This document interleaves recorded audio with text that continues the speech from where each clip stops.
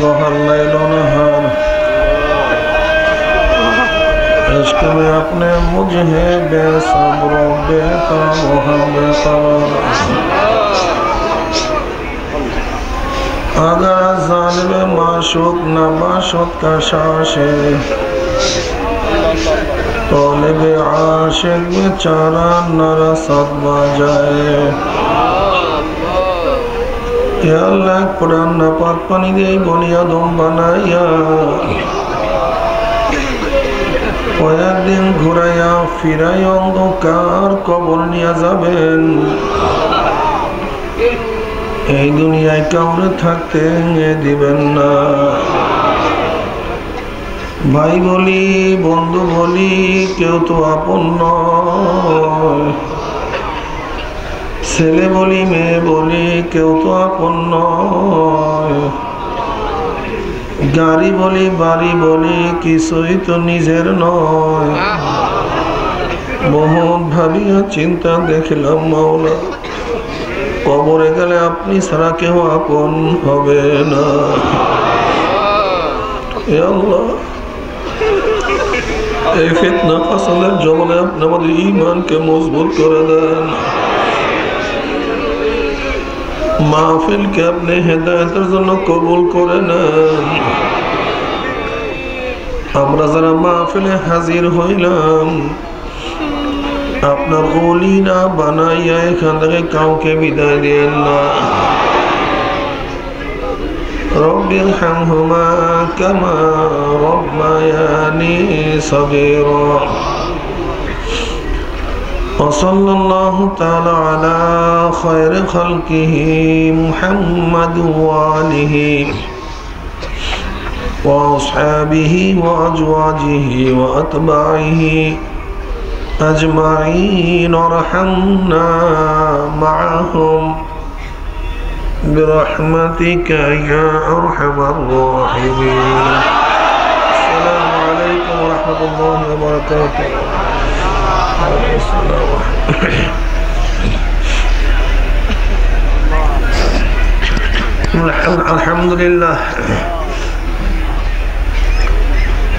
الحمد لله نحمده ونستعينه ونستغفره ونعوذ بالله من شرور أنفسنا من يهد الله فلا مضل له ومن يضلله فلا هادي له ونشهد أن لا إله إلا الله وحده لا شريك له ونشهد أن محمدا عبده ورسوله أما بعد فأعوذ بالله من الشيطان الرجيم بسم الله الرحمن الرحيم يا أيها الذين آمنوا صلوا عليه وسلموا تسليما اللهم صل على سيدنا ونبينا صلى الله عليه وعلى آله وأصحابه وبارك وسلم اللهم صل على سيدنا حبيبنا مولانا صلى الله عليه وعلى آله وأصحابه وبارك وسلم اللهم صل على سيدنا ونبينا وشفيعنا صلى الله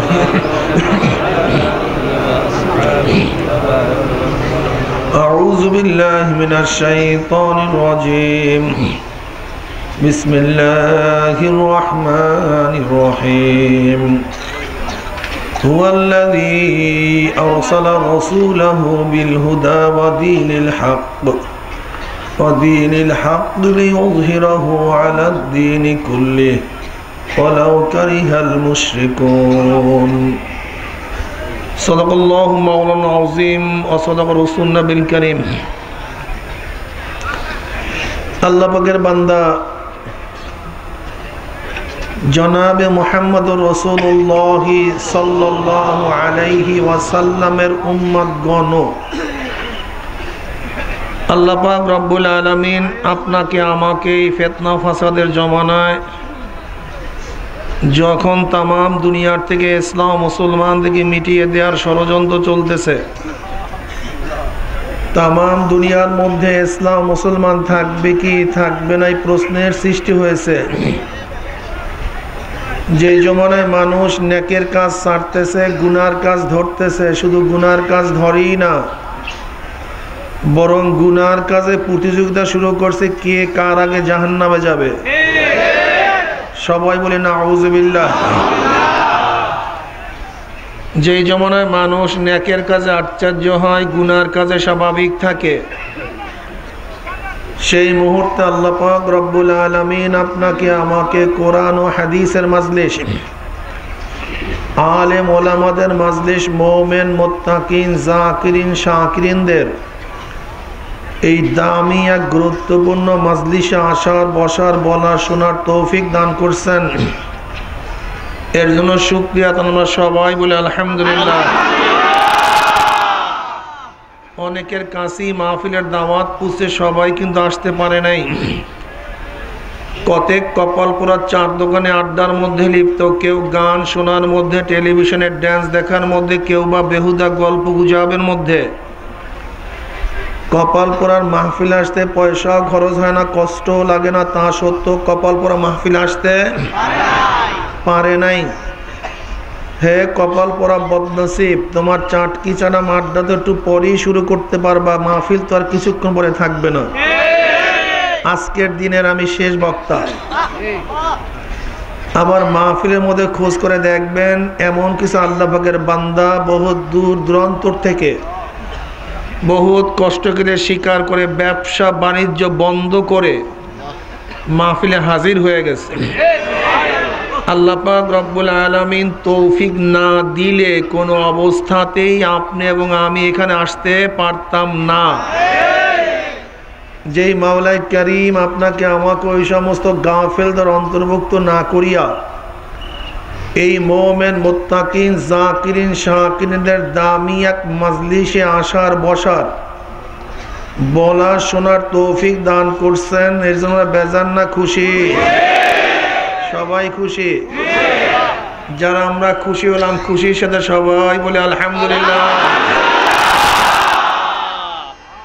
এই মাজলিস এত গুরুত্বপূর্ণ, গোসল করার আগে শরীরের মধ্যে অনেক ময়লা ছিল, ভালো মতো গোসল করার পরে ময়লা সব পরিষ্কার হয়ে যাবে।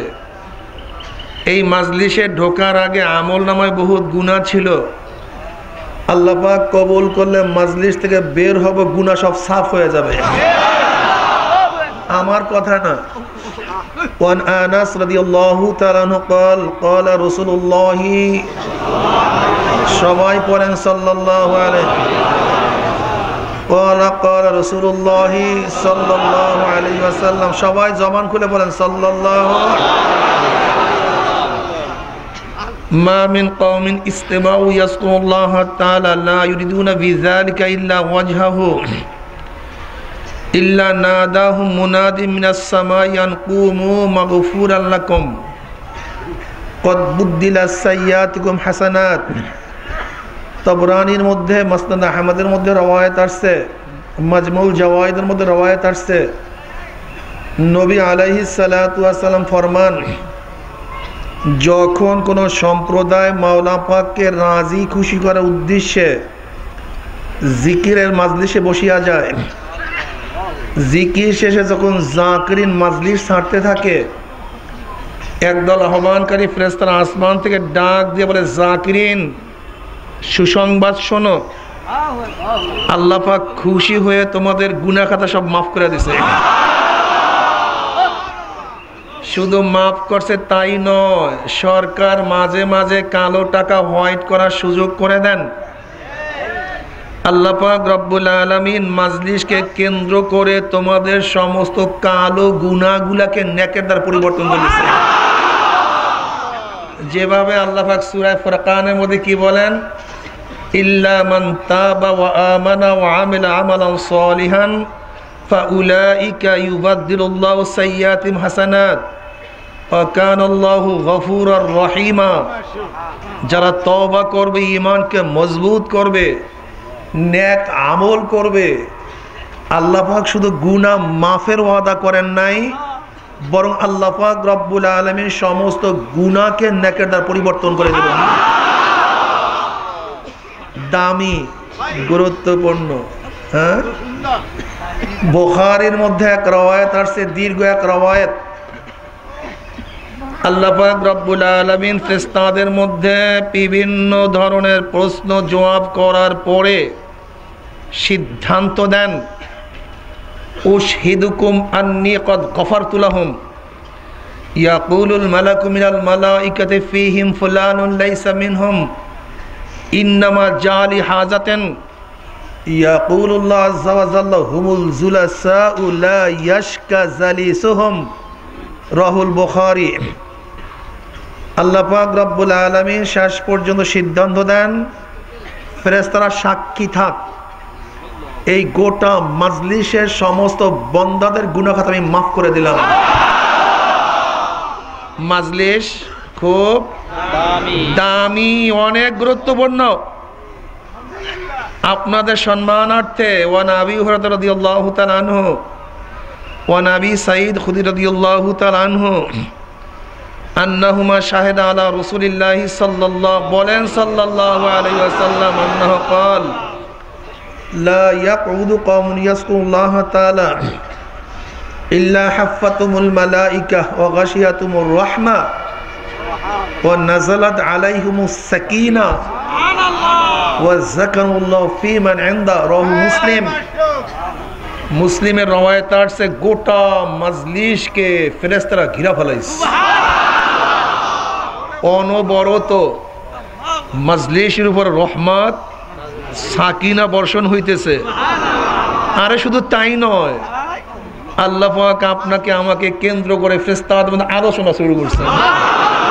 কি ভাই, দাম আছে কি নাই? খেয়ালের কান দিয়া কথা শুনতে হবে। কোন কান? এই চর্ম কানে হবে না, কলবের কান। লাহুম কুলুবুন লা ইয়াফকাহুনা বিহা ওয়া লাহুম আয়ুনুন লা ইউবসিরুনা বিহা ওয়া লাহুম আযানুন লা ইয়াসমাউনা বিহা উলাইকা কাল আনআমি বাল হুম আদাল উলাইকা হুম গাফিলুন। হবে না, কলবের কান খুলতে হবে, ঠিক না? এখানে আমরা যারা আছি সবাই যে আমাদেরকে মহাব্বত করেন ব্যাপারটা কিন্তু এরকম না। এক ধরনের লোক আছেন যারা চরম মহাব্বত করেন, অনেক ভালোবাসেন, আবার আর এক দল লোক এমনই থাকা উচিত যারা চরম ঘৃণা করে। এইটাই বাস্তবতা। এইটাই কি? এইটাই বাস্তবতা। সবাই মহাব্বত করবেন, সবাই ঘৃণা করবেন না, এটা হয় না। দলিল সরদার দো আলম সৈয়দুল আম্বিয়া মুহাম্মদ আরবি আলাইহিস সালাতু ওয়াস সালামের চেয়ে ভালো তার জমানায় কেউ। কথার জবাব দেন না কেন? মুখ খুলিয়া জবাব দিতে হবে, মুখ খুলিয়া খুলিয়া খুলিয়া খুলিয়া জবাব দিতে হবে, ঠিক আছে না? তার আগে কিয়ামত পর্যন্ত একদল লোক নবী আলাইহিস সালাতু ওয়াস সালামের সামান্য একটু ইজ্জত রক্ষা করার জন্য গলা কাটায় দিছে। জীবন না, শুধু একটু ইজ্জত রক্ষা করার জন্য নিজের গলা কাটায় দিছে। আবার একদল বেঈমানরা তাকে হত্যা করার জন্য নিজের গলা কাটায় দিছে। একই ব্যক্তি, একই লোক, এটা থাকাটাই স্বাভাবিক, কথা ঠিক না ভাই? এখানে সবাই যে আমাদেরকে মহাব্বত করেন, ভালোবাসেন, এরকম প্রশ্নই হতে পারে না। বরং কিছু লোক আসছেন চরম ঘৃণা করেন, শুনতেই পারেন না। এই মুশরিক বলছে, এটা মুনাফিক বলছে, এগুলি দেশকে ধ্বংস করলো, ইসলামকে এরাই বিনষ্ট করলো, ইসলাম ইসলামের 12টা এরাই বাজাইলো, থাকাটা স্বাভাবিক ভাই। শোনেন এর কারণটা কি? এর কারণ হলো ভুল বুঝাবুঝির কারণে বন্ধু শত্রু হয়ে যায়, আবার সঠিক বুঝের কারণে শত্রু বন্ধু হয়ে যায়। হয়তোবা আমাদের সম্পর্কে আপনার জানার মধ্যে ত্রুটি বিচ্যুতি আছে, এর জন্য আপনার ঘৃণাটা জমা স্বাভাবিক, এটা অস্বাভাবিক কিছু না।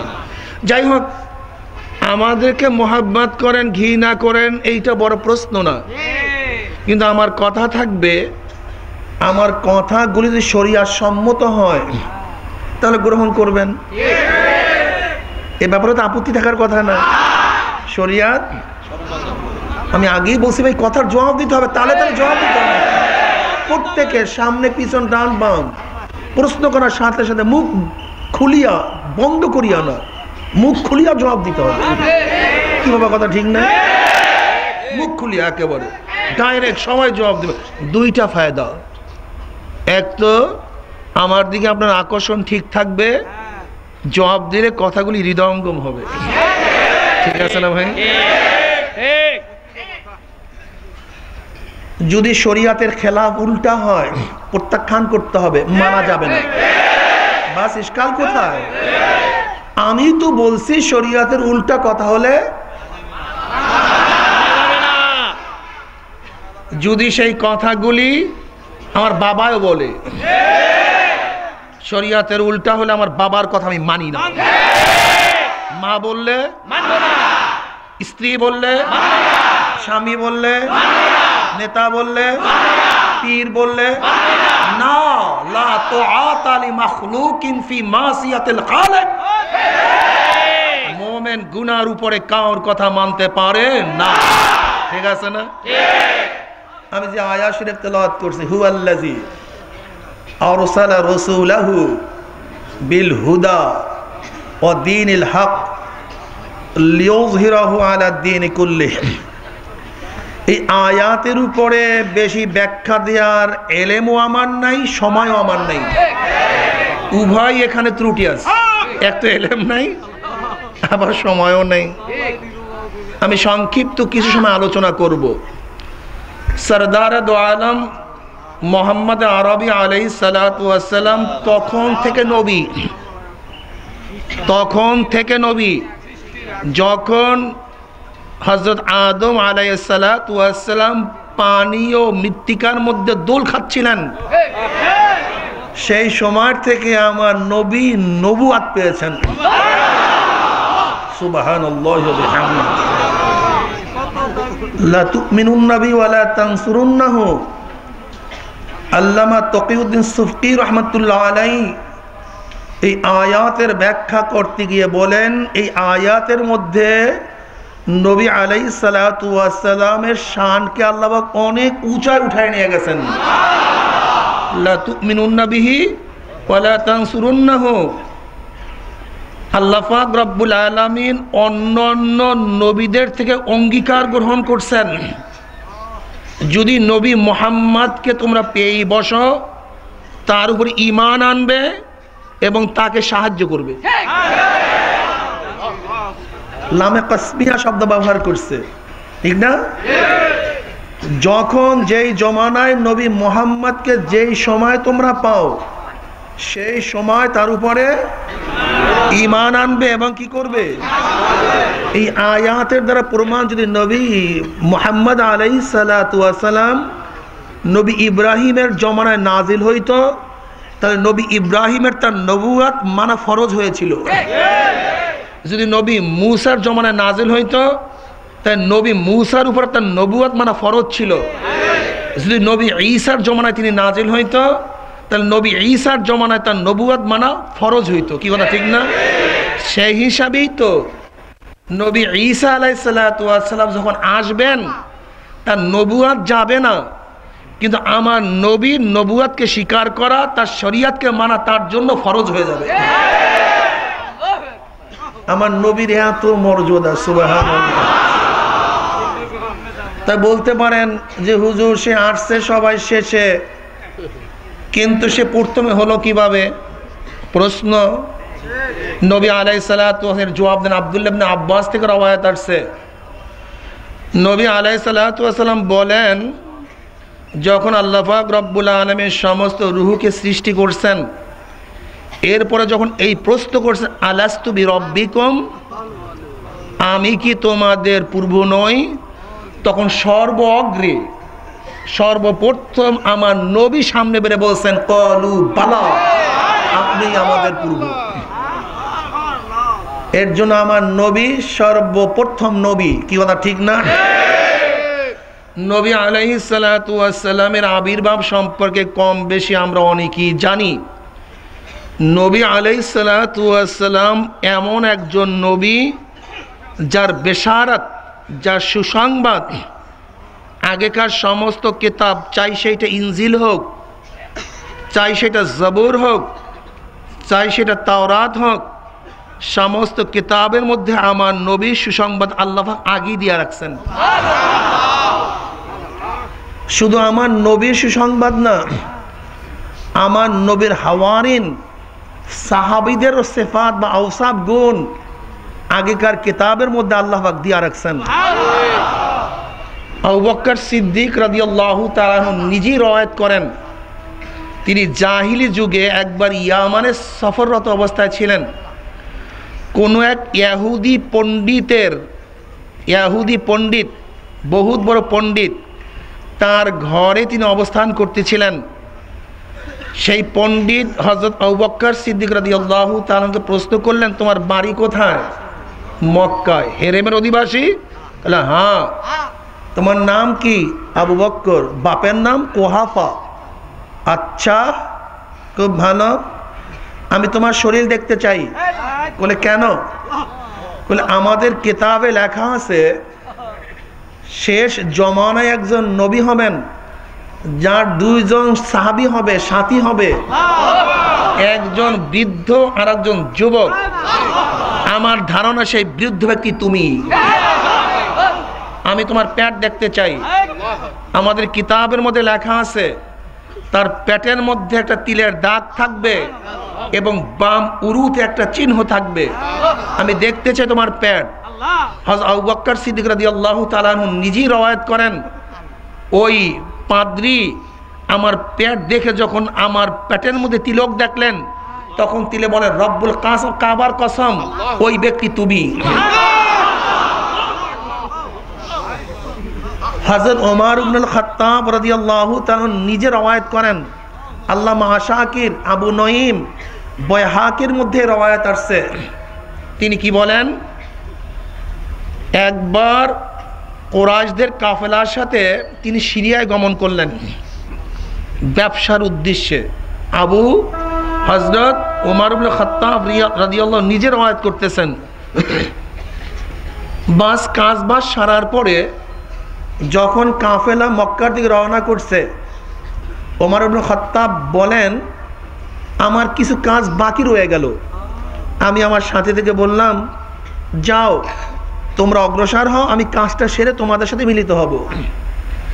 ওমর ইবনুল খাত্তাব রাদিয়াল্লাহু তাআলা কোনো এক জায়গায় ঘোরাফেরা করতেছিলেন। তার কাছেই একটা গির্জা ছিল। সেই গির্জার মধ্য থেকে একজন পাদ্রী বের হয়ে তার হাত ধরে তাকে গির্জার মধ্যে নিয়ে গেছেন। নিয়ে যাওয়ার পরে তার হাতে একটা কোদাল, একটা কুড়াল, একটা টুকরি দিয়ে বলতেছেন, এই গির্জার মধ্যে যেই মাটির স্তূপ আছে সেই স্তূপ তুমি সরিয়ে দাও, স্তূপ সরিয়ে দাও। তখন দ্বিপ্রহর। ওমর ইবনুল খাত্তাব রাদিয়াল্লাহু তাআলা বললেন, আমি সরাবো কিভাবে? চিন্তিত তিনি বসিয়া আছেন। দুপুর হয়ে গেছে। পাদ্রী যখন দুপুরে আসিয়া দেখেন মাটির স্তূপ সরানো হয় নাই, রাগ কইরা তার মুখের মধ্যে একটা ঘুষি লাগাইয়া দিয়েছেন। তো ওমরই মেজাজ, এটা রাখবো কোথায়?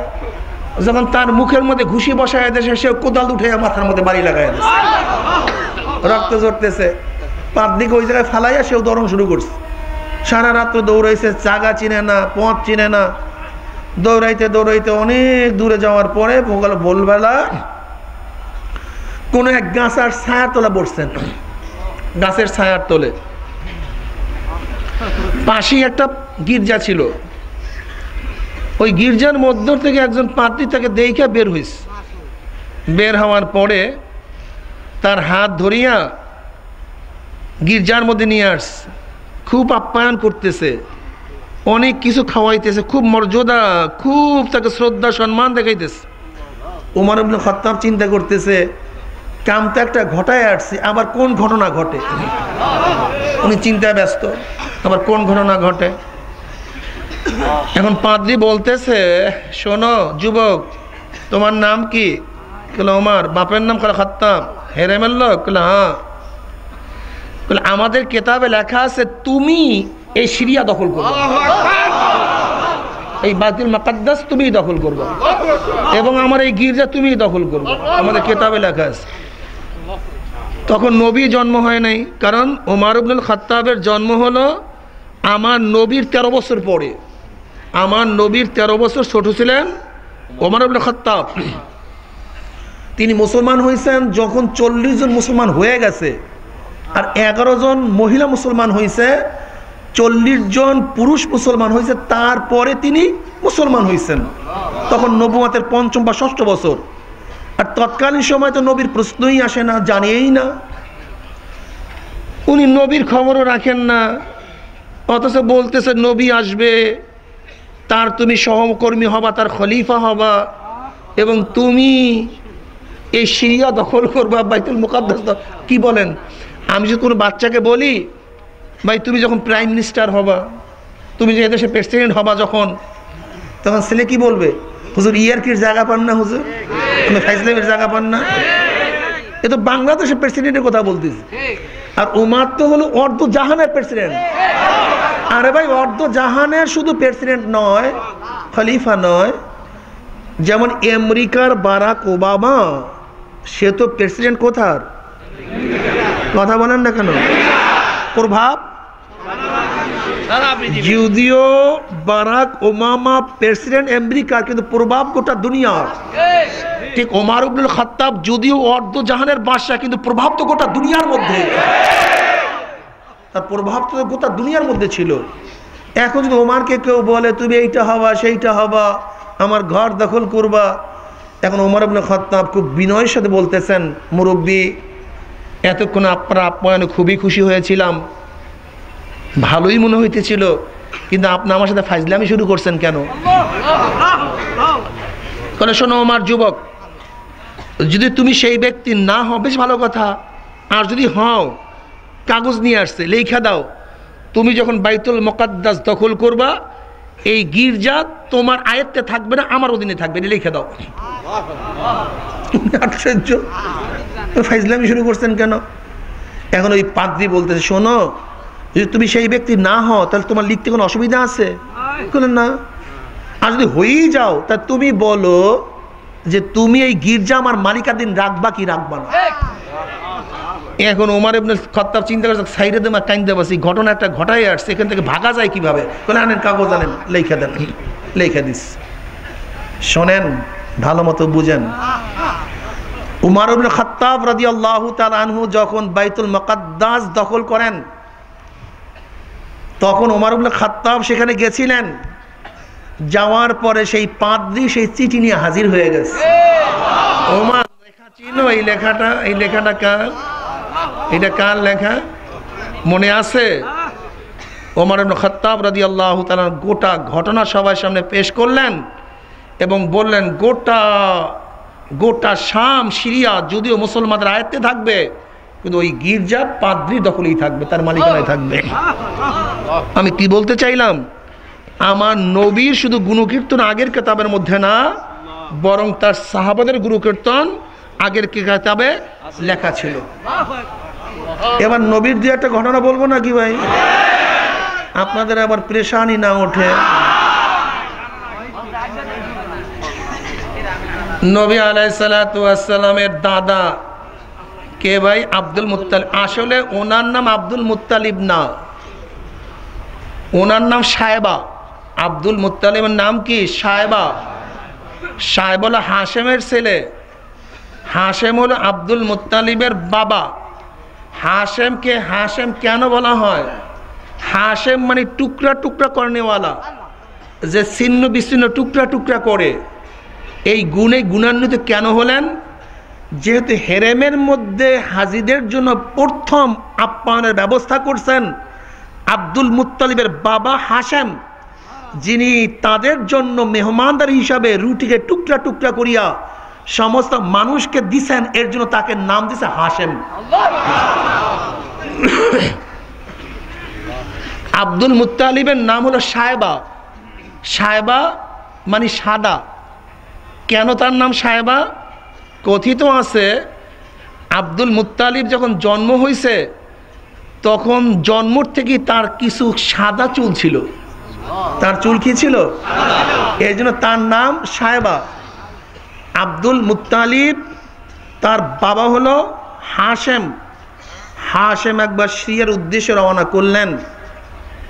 যখন ইয়াসরাব মদিনায় গেলেন, যাওয়ার পরে বিবাহ করলেন, সোহবাত নেয়ার পরে তিনি সিরিয়ার দিকে রওনা করলেন।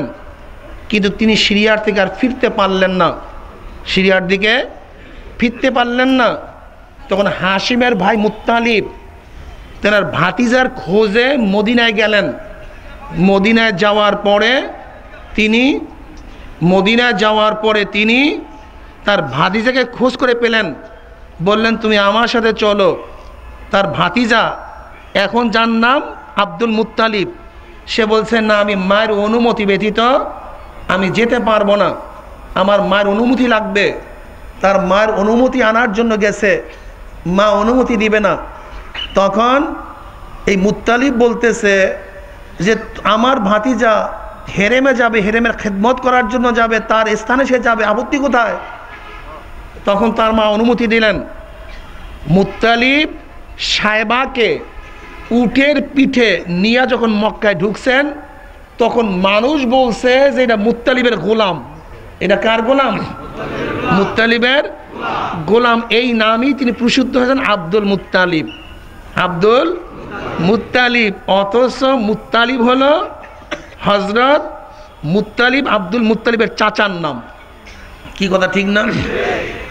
নবী আলাইহিস সালাতু ওয়াস সালামকে এই আব্দুল মুত্তালিব তার দাদা এত মোহাব্বত করতেন, এমনকি মোহাম্মদ নামও রাখেন আব্দুল মুত্তালিব।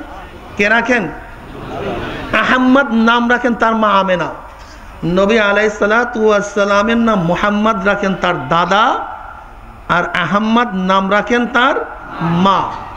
এই আব্দুল মুত্তালিব নবী আলাইহিস সালাতু ওয়াস সালামকে এত আদর করতেন।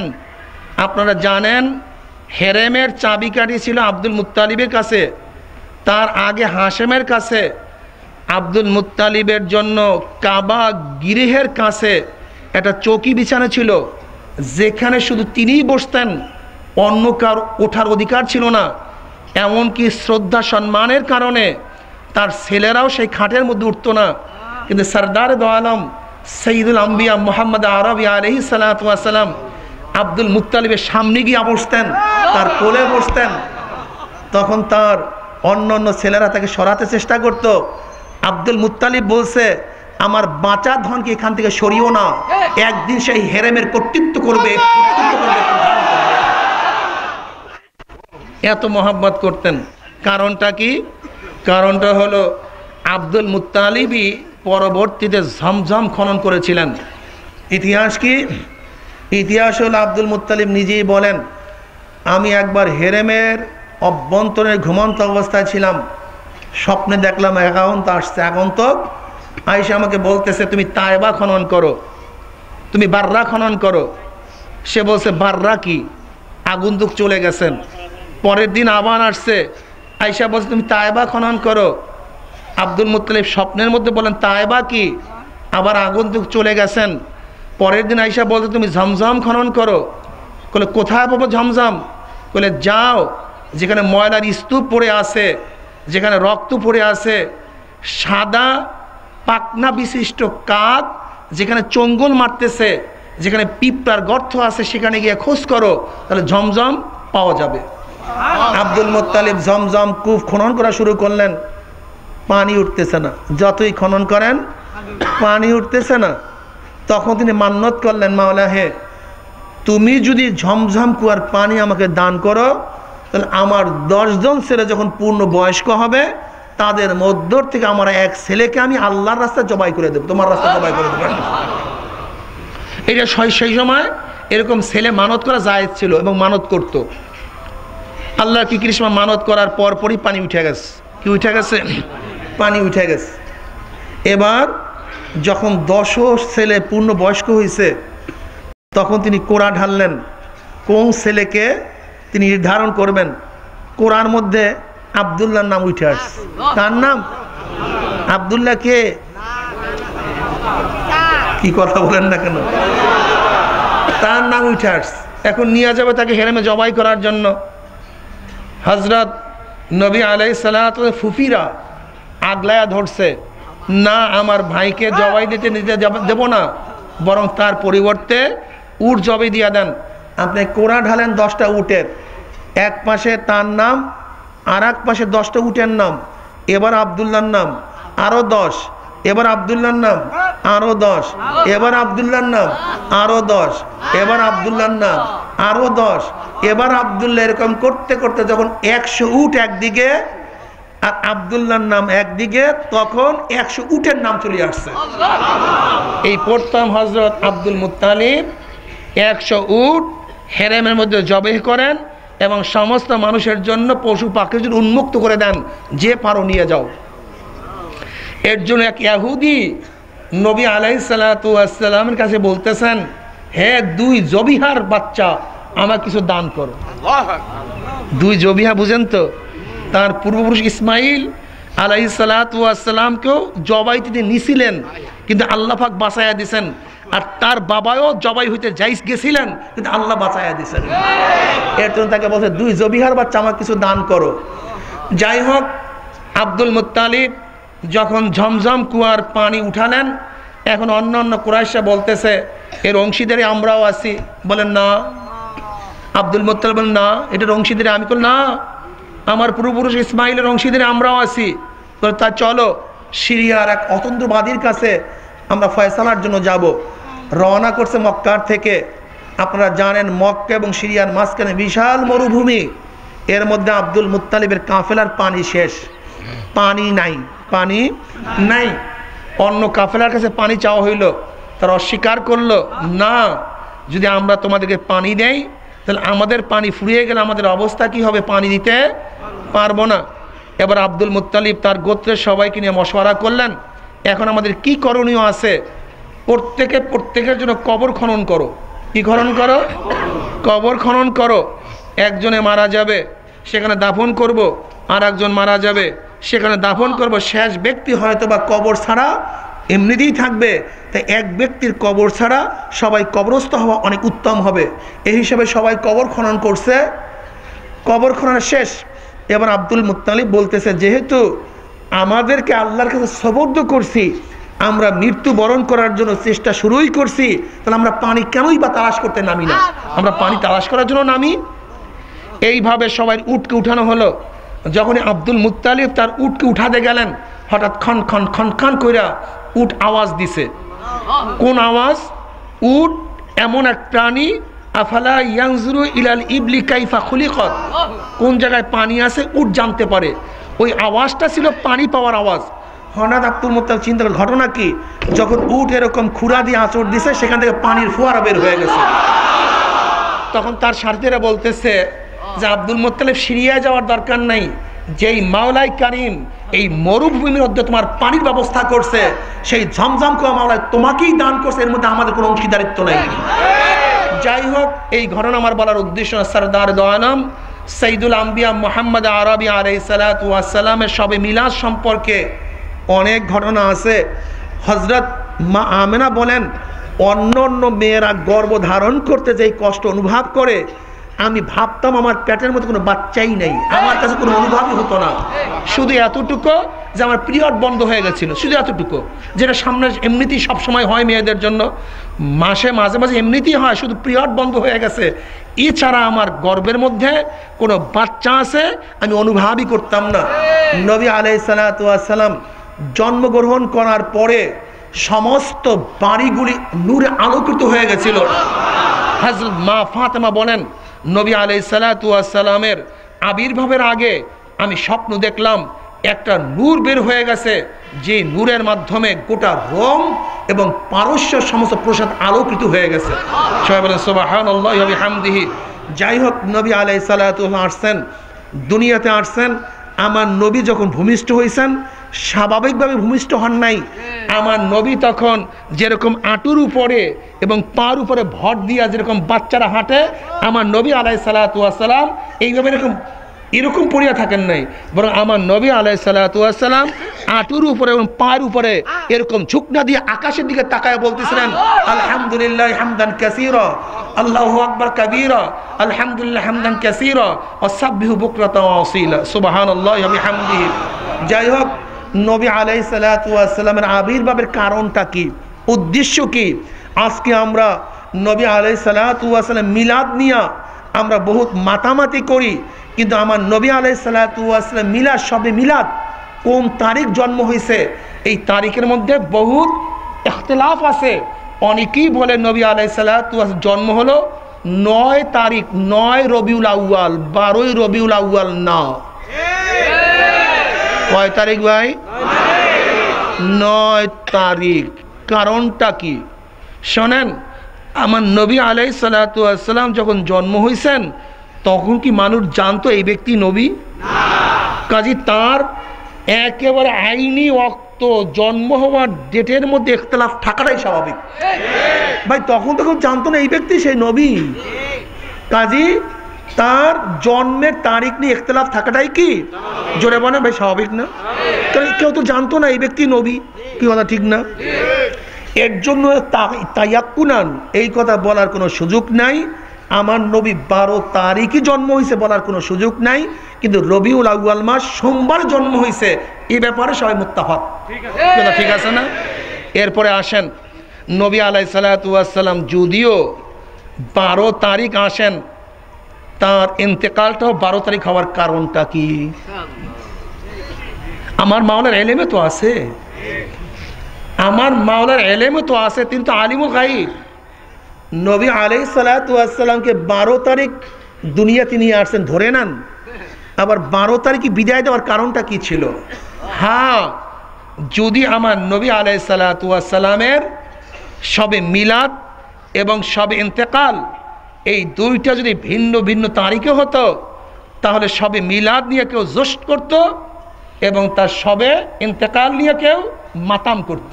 আর ইসলামের মধ্যে মাতামও নাই, ইসলামের মধ্যে জশ্নও নাই, বরং মাতামের পরিবর্তে আসছে সবর এবং জশ্নের পরিবর্তে আছে শুকর। যখন আমাদের আনন্দের কোনো জিনিস আছে তখন আমরা আল্লাহর শুকর আদায় করি, যখন বিপদ আপদের খবর পাই তখন আমরা সবর ইখতিয়ার করি। ইসলামের মধ্যে না জশ্ন আছে না মাতাম আছে।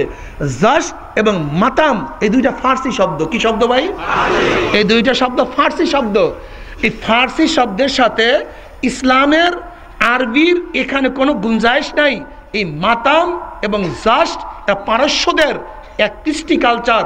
তারা কখনো কার বিরহে বেদনা, যেরকম হজরত হোসাইন রাদিয়াল্লাহু তাআলা আনহুর বাস মৃত্যু দিবসে হায় হোসেন, এই মাতাম, এর নাম কি? এর নাম মাতাম। খুব দুঃখ বেদনা অমুক তমুক। আবার জশ মানে খুশি। জশ মানে কি? খুশি, আনন্দ প্রকাশ করা না। নবী আলাইহিস সালাতু ওয়াস সালাম এর জন্য আল্লাহ পাক রব্বুল আলামিন তার ইলমে আছে, এর জন্য একই তারিখে দুনিয়ায় আনছেন, একই তারিখে নিয়ে গেছেন। কেউ যেন তার জন্য মাতামও না করে, কেউ যেন তার জন্য জশ্নও না করে। প্রিয় ভাইরা আমার, সরদার দু আলম সঈদুল আম্বিয়া মুহাম্মদ আরবি আলাইহিস সালাতু ওয়াস সালাম দুনিয়াতে আসছেন কেন? হুয়াল্লাযী আরসালা রাসূলাহু বিল হুদা ওয়া দীন। এই এখন বয়ান ঠিক মতো ধরতে হবে। কি আপনারা আবার ঘুমায় গেছেন না তো? ঘুমায়েন না। হুয়াল্লাযী ওই সত্তা আল মুস্তাজমিউ লিজামি সিফাতিল কামালিয়্যা হুয়াল ওয়াজিবুল ওজুদ আল মুস্তাজমিউ লিসিফাতিল কামালিয়্যা। ওই সত্তা যিনি সমস্ত গুণে গুণান্বিত অবস্থায় সব সময় বিরাজমান। সব সময় কি সমস্ত বুঝলে গেছেন এর মধ্যে সমস্ত গুণে গুণান্বিত। আমার মাওলা পাক রব্বুল আলামিন এক সেকেন্ডের জন্য তার মাখলুকাত থেকে বেখবর না।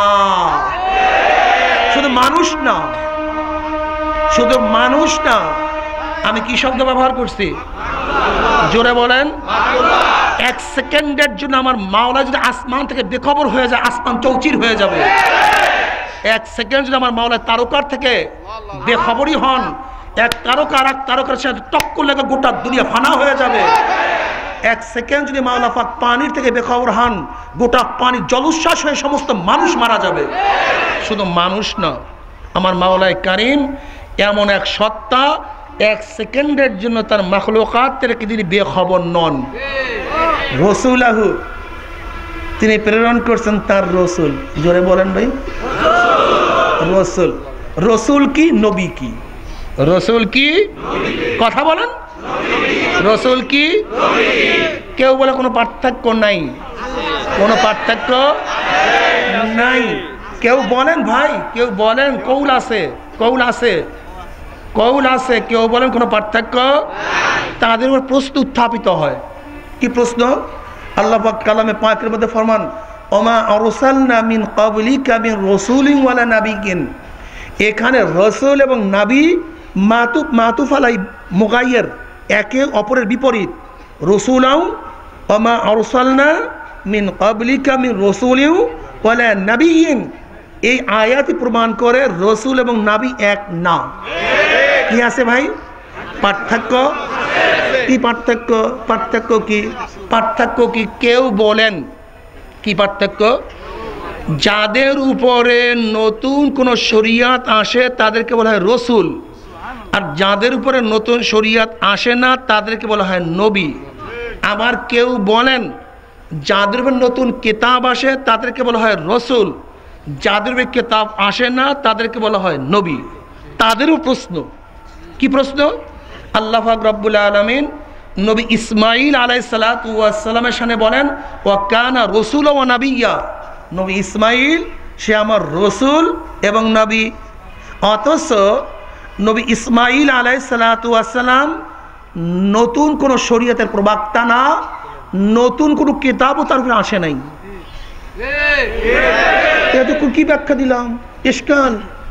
আল্লাহ পাক রব্বুল আলামিন, আমরা কি বলছিলাম? নতুন শরীয়তের প্রবক্তা, নতুন কিতাবধারী, তাদেরকে কি বলা হয়? অথচ নবী ইসমাইল না শরীয়তের প্রবক্তা না নতুন কিতাবধারী, অথচ আল্লাহ বলছেন কানা রাসূলা ওয়া নাবিয়্যা, তিনি রসুল।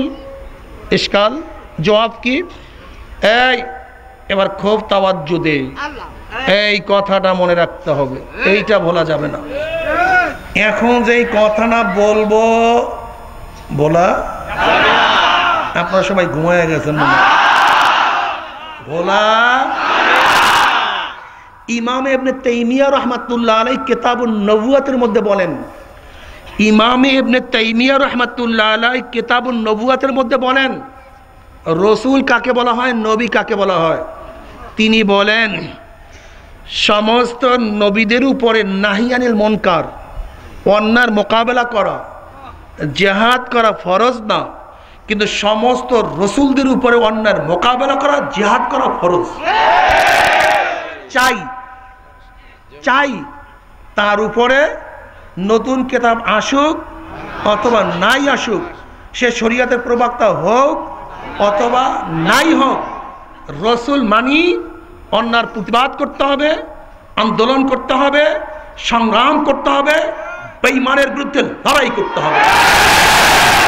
রসুল চাই, কিতাব আরে ভাই কন তা আমার সাথে সাথে কিতাব আসুক, শরীয়তের প্রবক্তা হোক নাই হোক, অন্যার মোকাবেলা রসুলকে করতেই হবে, প্রতিবাদ জানাতে হবে। কথা ঠিক না? হুয়াল্লাযী আরসালা রাসূলাহু সরদার দু আলম মুহাম্মদ আরবি আলাইহিস সালাতু ওয়াস সালাম শুধু নবী না রসুল। জোরে বলেন, শুধু রসুল। আমরা তার উম্মত। আমরা কি?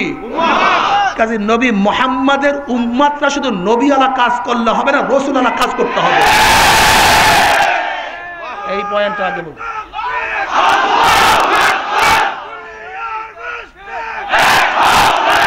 শুনেন, নবী মুহাম্মাদের উম্মতদেরকে শুধু কোন কাজ করতে হবে? হ্যাঁ, বুঝছেন তো? নবী আলা কাজ তো করবই, এরপরে নালে হবে না। হুয়াল্লাযী আরসালা রাসূলাহু, তিনি আল্লাহর রাসূল। আমার নবী আলাইহিস সালাতু ওয়াস সালাম অন্যের মোকাবেলা করছেন কি করেন নাই? আরে খোদা রে, কি চেষ্টা সাধনা, যা চিন্তাও করা যায় না, এত খাটনি, এত কষ্ট।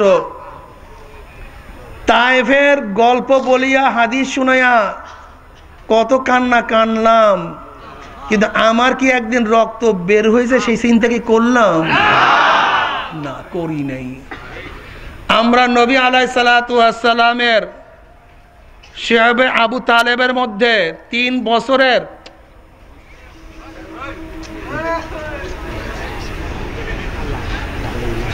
বছরের কারা নির্যাতনের ইতিহাস বললাম। শিহাবে আবু তালেবের খবর জানেন না? নবী আলাইহিস সালাতু ওয়াস সালামকে 3 বছর পর্যন্ত নির্যাতন করছেন, নির্বাসন করছেন। এমনকি কাফেররা দস্তখাত করছেন, দস্তখাত সমস্ত গোত্রের, যে নবী মুহাম্মদ এবং তার সাথে কেউ কথা বলবে না, পানি দিবে না, সালাম দিবে না, কেউ কিছু চাইলে তাকে দেওয়া হবে না। 3 বছর, 1-2 বছর না। আমার নবী আলাইহিস সালাতু ওয়াস সালাম সেখানে থাকছেন, গাছের পাতা খাইছেন, ছাগলের বড়ির ন্যায় পায়খানা করছেন। কিন্তু আমরা যখনই জেলের কথা শুনি তখনই চমকে যাই, কিসা শুনাই। বেশ ভালো কথা, বেশ ভালো কথা। আল্লাহ, নবী আলাইহিস সালাতু ওয়াস সালামের নিজের জন্মভূমির থেকে তাকে তাড়াইয়া দিয়েছেন, থাকেন নাই। কিন্তু আপনি এবং আমি একটু দিনের জন্য এক কদম দোকান থেকে বের হওয়া যাবে না, সময় নাই। ঘর থেকে বের হওয়া যাবে না, সময় নাই। চাকরি থেকে বের হওয়া যাবে না, সময় নাই। মোহাব্বত কলিজা থাপ্পড় মারে, পাগল হয়ে গেছে মোহাব্বতে। মোহাব্বত সব ভণ্ডামি, ঠিক না? নবী আলাইহিস সালাতু ওয়াস সালামের বদরের ঘটনা কত শুনাইলাম, কিন্তু আপনি কি করলেন একদিন বলেন তো? দাঁড়ে কাছেও নেই। উহুদের কথা কত শুনাইলাম, কিন্তু একদিনও আপুসকামি। আমার ভাই কি বলবে? ওয়াংজির আশিরাতাকাল আকরাবিন আয়াত নাজিল হওয়ার পরে নবী আলাইহিস সালাতু ওয়াস সালাম আলীকে বললেন, আলী একটু সারিত করো, এক বেলা দুধ নিয়ে আসো, একটা বকরির রান নিয়ে আসো। তার সমস্ত আত্মীয় স্বজনকে দাওয়াত দেওয়া হলো। আলী রাদিয়াল্লাহু তাআলা রওয়ায়াত করেন, যেই পরিমাণের খাদ্য তৈয়ার করছি একজনের জন্য যথেষ্ট। কয়জনের জন্য? আসছে 40 জন দাওয়াত দিয়েছেন। আমার নবী নিজেই দাওয়াত দিয়েছেন 40 জনকে। 40 জন ব্যক্তি একজনের খাওয়া। নবী আলাইহিস সালাতু ওয়াস সালামের মুখ থেকে চাবাইয়া গোশত রাইখা দিয়েছেন, দুধের মধ্যে হাত দিয়েছেন। সবাই জম্মের খাওয়া খাইছে, পেট ভইরা খাইছে, না গোশত কমছে, না খানা কমছে, না দুধ কমছে। আবুল হাব বলতে আছে, দেখছো কেমন জাদুকর, আজকে জাদুটা পুরোপুরি করছে, কারবার শেষ। কি কথা, ঠিক না? এই কথা বুঝেন নাই? যেমন লামুজাহাবিরা, তথা কথিত খ্রিস্টানদের দালাল আহলে হাদিসরা, আমরা যতই ভালো কথা বলি করে দেখছো মোরশেক, ওরা পীর মোরশেক, ওরা সব মোরশেক। আরে ভাই বুঝেন নাই? কোনো এক ব্যক্তির প্রতি যদি আগের থেকে সন্দেহ থাকে, তাহলে সেই ব্যক্তি যত ভালো কাজ করে তত সন্দেহ আরো বাড়তে থাকে। যেমন আপনি বাসে বসছেন বা লঞ্চে উঠছেন, এক ব্যক্তি লঞ্চ থেকে আপনাকে বললো, ভাই আপনার পাশের যে ব্যক্তি ওনার চরিত্রটা ভালো না, শুধু এতটুকু কথা বলছে। কি বলছে? অভ্যাসের মধ্যে একটু কি আছে? একটু গড়বড়ই আছে। এখন ওই পাশের ব্যক্তি আপনাকে যত খেদমত করে আপনার মনের মধ্যে সন্দেহ, যত বেশি খেদমত করে ততই বাইরে বলে এখন আমার 14 খুশি সব নিয়ে টান বাজায় নাকি। কারণটা কি ভাই? কোন রোগে পাইছে? সন্দেহের রোগ। কি কথা ঠিক না? ঠিক এই লামুজাবের গোষ্ঠী সাধারণ মানুষের অন্তরের মধ্যে একটা সন্দেহ ঢুকাই দিচ্ছে। এবারে পীর মানি মোর্শেক বলে যে এত ভালো আমার, বলে আরে বেটা ওটা ব্যবসা, এই যে কান্নাকাটি করে এত মানুষকে হাত পা ধরে ব্যবসা। এখন আমি যতই কান্নাকাটি করি, যতই হাতে পায়ে ধরি, ওই ব্যক্তি মনে করতেছে ব্যবসাটা বাড়াবার জন্য করতেছে। কপাল থেকে হেদায়েত শেষ। ঠিক এই কায়দাটাই করছে বেঈমানরা আল্লাহ নবীর ব্যাপারে। দেখেন কত বড় জ্ঞানী সেখানে ছিল। আবুল আহাব ছিল, আবু সুফিয়ান ছিল। এই আরবের বহুত বড় বড় জ্ঞানীরা দেখছে যে একজনের খানা 40 জনে খাইছে। শেষ পর্যন্ত কি বললো? দেখছে জাদুটা কেমন করা করছে, সব শেষ। এরপরে একদিন নবী আলাইহিসসালাতু ওয়াসসালাম সাফা পাহাড়ে উঠলেন। সবাইকে ডাক দিয়েছেন, আসেন আপনারা। আসার পরে নবী আলাইহিসসালাম বললেন, আমি যদি বলি এই সাফার অপর পৃষ্ঠে আপনাদের বিশাল শত্রু বাহিনী আসতেছে, আপনাদেরকে হত্যা করার জন্য, আপনাকে বিশ্বাস করবেন? বলে অবশ্যই, মুহাম্মদ বলছো, তোমার কথা অসত্য হতে পারে না। এবার নবী আলাইহিসসালাতু ওয়াসসালাম বলেন, পড়েন লা ইলাহা ইল্লাল্লাহু। অমনি আবু লাহাব উঠে বলল, তোর মুখ ধুলায় মিলিন হয়ে যাক, নাউযুবিল্লাহি মিন যালিক। এর জন্য তুই ডাকছস, নাউযুবিল্লাহি মিন যালিক। আস্তে সবাই গুরগুর করে চলে গেছে। এরপরে তাব্বাত ইয়াদা সূরা নাযিল হইছে। তাব্বাত ইয়াদা আবি লাহাব এই অর্জনে নাযিল হইছে। কি কথা ঠিক না? তা নবী আলাইহিসসালাতু ওয়াসসালাম সত্যবাদী, সব কিছু সত্য, নিজের ভূমিতে থাকতে পারলেন না। ওহুদে গেছে, সেখানে বৈশাও এই বেচারারা এত কষ্ট দিছে। খন্দকের মধ্যে পেটের মধ্যে পাথর বাঁধে এত কষ্ট দিছে। আমরা তার উম্মত কি কষ্ট করলাম বলেন তো? সব জান্নাতে চলে যাবেন না? পাগল হয়ে গেছে সব নবীর পাগল। এক মাহফিলে গেলাম নলসিটিতে, এক কমিশনার সবাই আমার সাথে দেখা করলো। বললো হুজুর আসি খুব বিপদে। কেন ভাই বিপদে কেন? বল হুজুর আমি তো বিএনপি থেকে কমিশনার, অপোজিশন পার্টি, এর জন্য খুব বিপদে আছে। আমি কমিশনার সাহেবকে বললাম, ভাই আপনাকে একটা ছোট্ট প্রশ্ন করব, আপনি সুচিন্তিত জবাব দিবেন, খবরদার আজকে না দেন, পরে দেন, কিন্তু জবাবটা সুচিন্তিত যৌক্তিক জবাব চাই। বলে কি হুজুর? আমি বললাম ভাই এই দল করতে গিয়ে আপনার জেল খাটার সম্ভাবনা আছে কি না? এগুলো হুজুর অবশ্যই আছে। আমি বললাম ভাই আপনার সময় ব্যয় হয় কি হয় না? হুজুর অবশ্যই ব্যয় হয়। আপনার অর্থ ব্যয়? হুজুর অবশ্যই হয়। আমি বললাম আপনার জীবন যাওয়ার সংখ্যা আছে কি নাই? হুজুর অবশ্যই আছে। এবার আমি কমিশনারকে বললাম, ভাই ধরে নেন আপনি যদি এই দল করতে গিয়ে মারা যান, আর কিয়ামতের ময়দানে আল্লাহ পাক যদি প্রশ্ন করে কমিশনার মল্লি কেন, সুম্মা লাতুসআলুন্না ইয়াউমা ইযিন আনিন নাঈম, সমস্ত নিয়ামত সম্পর্কে প্রশ্ন করা হবে কি হবে না? হায়াত নিয়ামত কি নিয়ামত না?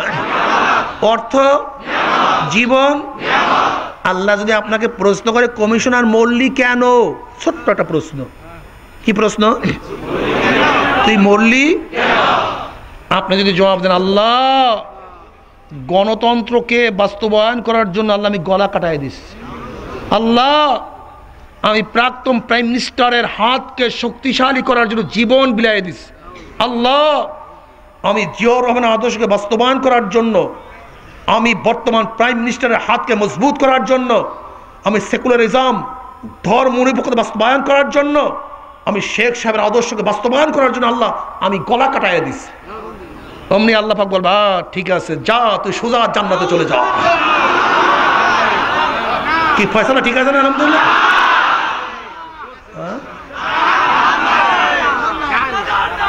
আল্লাহ পাক বলে যা, তুই এত কষ্ট করছো সাধনা, সোজা জান্নাতে চলে যা, যা।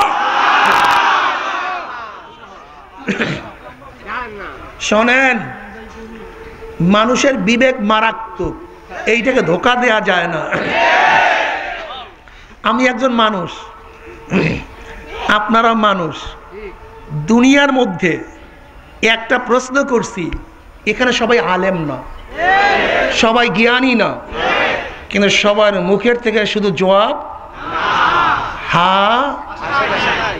তা কিয়ামতের ময়দানে যখন আল্লাহ পাক লিমানিল মুলকুল ইয়াউম লিল্লাহি ওয়াহিদুল কাহ্হার, আইনা ফিরাউন, আইনা সাদ্দাত, আইনা আবু জাহেল, আইনা কারুন, শান নিয়ে হুঙ্কার ছাড়বে। আর এই জবাব যদি তখন দেও, তখন অবস্থাটা কি হবে? অনেকে খালি চরমনায় করে ঠাসে গালি দেয়, বাবারে আমি তো চরমনায় মুরিদ বানাবার জন্য আসি নাই, চরমনার পীরের মুরিদ বানাবার জন্য তো আসি নাই, চরমনায় যাওয়ার কোনো দরকার নাই। তুমি রাগ কইরা প্রতিদিন সকালবেলা উইঠা চরমনার দিকে ফিরা 3 বার থু থু থু মাইরো, মাইরো তুমি, আপত্তি নাই, কিন্তু খবরদার হিসাব নিকাশ না মিলিয়া কেউ মাওলার কবরে যাইব না। তোমার মনে যা গালি দিতে মনে চায় ভালো দাও, তোমার থুক মারতে মনে চায় মারো, তোমার গিবাত করতে চায় মনে করো, কিন্তু যাদের ঈমান আছে বিশ্বাস করো, কার কাছে দাঁড়াতে হবে? আমার আল্লাহ। আল্লাহ রে, কি জবাব দিবা, কি বলবা?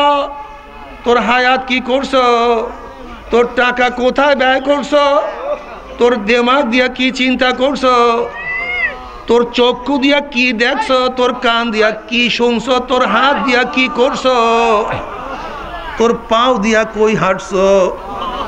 বাবারা খবরদার, হাসিবু ক্বাবলা আন তুহাসাবু। এ যুবক বাবারা, পর্দারা মা বোনেরা, আমার শিক্ষিত বাবারা, আমার মূর্খ বাবারা, খবরদার, যদি জান্নাতে যাইতে চাও, জাহান্নাম থেকে বাঁচতে চাও, নিজেকে প্রশ্ন উত্তর ঠিক না করিয়া কেউ মাওলার কবরে যাইও না। এ ছাত্র কোথায় রওনা করছো? হুজুর পরীক্ষার হলে রওনা করছি। তুমি পরীক্ষা নিজেকে করছো হলে যাওয়ার আগে? কয়টা প্রশ্ন আসতে পারে, কয়টা প্রশ্নের জবাব তুমি ঠিক করছো, কয়টা মুখস্থ করছো, কয়টা পারবা, কয়টা পারবা না? হে ছাত্র, পরীক্ষার নিরীক্ষা না করিয়া হলের মধ্যে ঢুকিও না। যখন তোমার সামনে প্রশ্নপত্র আসবে, দেখবে 1 নাম্বার পারি না, 2 নাম্বার জানি না, 3 নাম্বার খবর রাখি না, 4 নাম্বার আসতে পারে বুঝতেও পারি নাই। যখন দেখবা পারবা না, তখন আঙ্গুল চাবাইতে থাকবা, কলম কামড়াইতে থাকবা, কেন প্রশ্নপত্রে কিছু লিখতে পারবা না।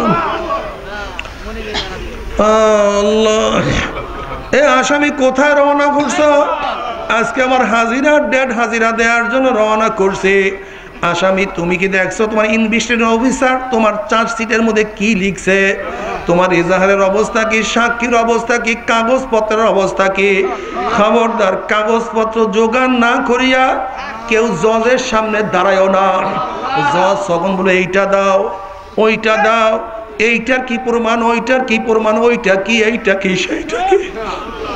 তোমার কাছে মজবুত দলিল না থাকলে তোমার জামিন ক্যান্সেল হইয়া যাবে, তোমার গলার মধ্যে রশি ঝুলিয়া যাবে। খবরদার হে আসামি, হিসাব নিকাশ না মিলে কেউ জজের কাছে যাইও না। এ মুসাফের পাথেও সংগ্রহ না করিয়া কেউ সফর শুরু করিও না। এ আখিরাতের মুসাফিরের দলে খবরদার, খবরদার, আমরা সবাই কবরের দিকে রওনা করছি, কিয়ামতের দিকে রওনা করছি, মিজানের দিকে রওনা করছি, পুলসরাতের দিকে রওনা করছি। কি নিয়ে রওনা করছো? হিসাব নিকাশ মিলাও। দেখো তোমার নামাজ পড়ার সংখ্যা বেশি না নামাজ কাজার সংখ্যা বেশি? দেখো রোজার সংখ্যা বেশি না রোজা কাজার সংখ্যা বেশি? দেখো তোমার জবানে মিথ্যা বলার সংখ্যা বেশি না জিকির আজকারের সংখ্যা বেশি? আল্লাহ মাওলা হুশ নাই, হুশ নাই। দেখো গিবা শেখাত বেশি করছো না জিকির আজকার তেলাওয়াত বেশি করছো। দেখো কান দিয়া তুমি গুনার কথা বেশি শুনছো না নেকের কথা বেশি শুনছো। দেখো চক্ষু দিয়া গুনার দিকে বেশি তাকাইছো না আমার মাওলার কুদরত দিয়া বেশি গবেষণা করছো। আল্লাহ দেখো হাত দিয়া গুনার কাজ বেশি করছো না নেকের কাজ বেশি করছো। তোমরা কি জানো না এই হাত মাওলার কাছে সাক্ষী দিবে যদি হাত দিয়া কোনো গুনার কাজ অন্যায় কাজ করিয়াই থাকো। আল্লাহ তুমি মাফ করিয়া দাও। আল-ইয়াওমা নাখতিমু আলা আফওয়াহিহিম ওয়া তুকাল্লিমুনা আইদিহিম ওয়া তাশহাদু আরজুলুহুম বিমা কানু ইয়াকসিবুন। কিয়ামতের ময়দানে আল্লাহ পাক মুখকে বন্ধ করিয়া দিবে। চক্ষু তোমার বিরুদ্ধে আমার বিরুদ্ধে আল্লাহর কাছে সাক্ষী দিয়া দিবে। চক্ষু বলবে মাওলা এই বন্দা অমুক দিন অমুক টাইমে অমুক জায়গায় সিনেমা দেখছে, এই টাইম থেকে এই টাইম পর্যন্ত ভিসিআর দেখছে, এই টাইম থেকে এই টাইম পর্যন্ত পরের মহিলা মজা মারিয়া দেখছে।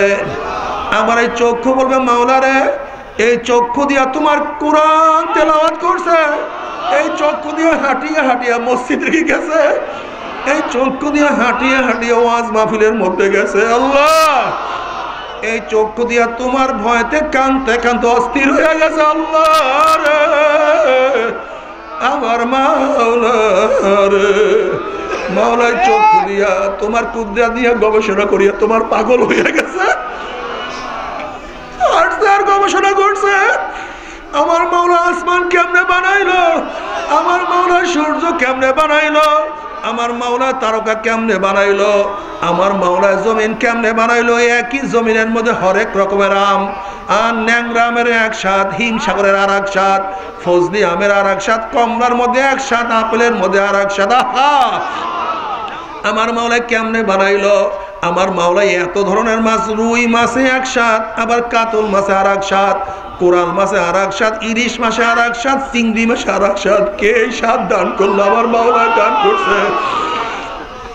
এই চক্ষু দিয়ে মাওলা তোমার কত গবেষণা করছে, তোমার পথে কত লড়াই করছে, কত সংগ্রাম করছে। আল্লাহ তুমি কবুল করিয়া নাও। হাত বলবে মাওলা রে তোমার এই পাপিষ্ট এই হাত দিয়া ঘুষ গ্রহণ করছে, সুদ গ্রহণ করছে, অমুক মহিলার গান মধ্যে হাত লাগাইছে, অমুক জায়গায় চুরি করছে, অমুক জায়গায় অমুক থেকে টাকা গ্রহণ করছে, অমুক জায়গায় অমুককে হত্যা করছে।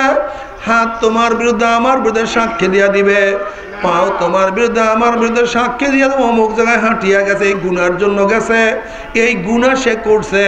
আবার বলবে মাওলা রে হাঁটিয়ে হাঁটিয়ে অমুক জায়গায় মসজিদে গেছে, তালিমে গেছে, জিকিরে গেছে, ওয়াজে গেছে, নসিহাতে গেছে, এমনকি গায়ের চামড়া তোমার পক্ষে এবং তোমার আমার বিপক্ষে মাওলার কাছে সাক্ষী দিয়া দিবে। এর জন্য খবরদার সব সময় খেয়াল করবা আমি যে হাত দিয়া গুনাহ করছি সেই গুনার তওবা করতে পারলাম কি পারলাম না। আমার হাতের দ্বারা নেকের সংখ্যা বেশি না গুনার সংখ্যা বেশি।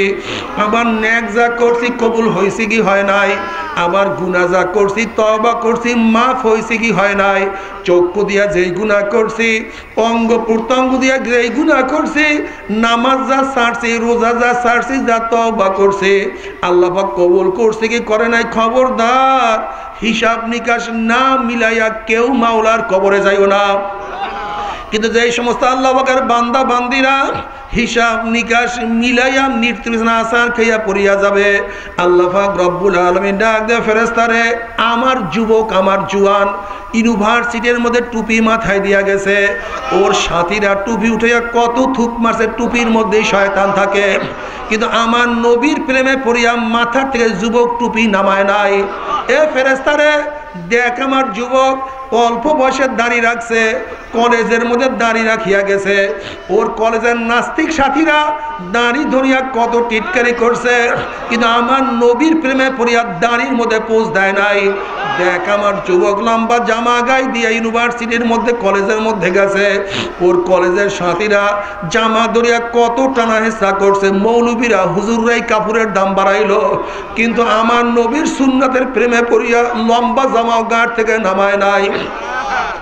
দেখ আমার যুবককে আমি কত সুন্দর কত সুশ্রী বানাইছি, কত মেয়েরা বসে আসো বন্ধু আমার সাথে নোট বিনিময় করার জন্য আসো, আসো বন্ধু আমার সাথে আড্ডা মারার জন্য আসো, আসো বন্ধু আমার সাথে প্রেম করার জন্য আসো।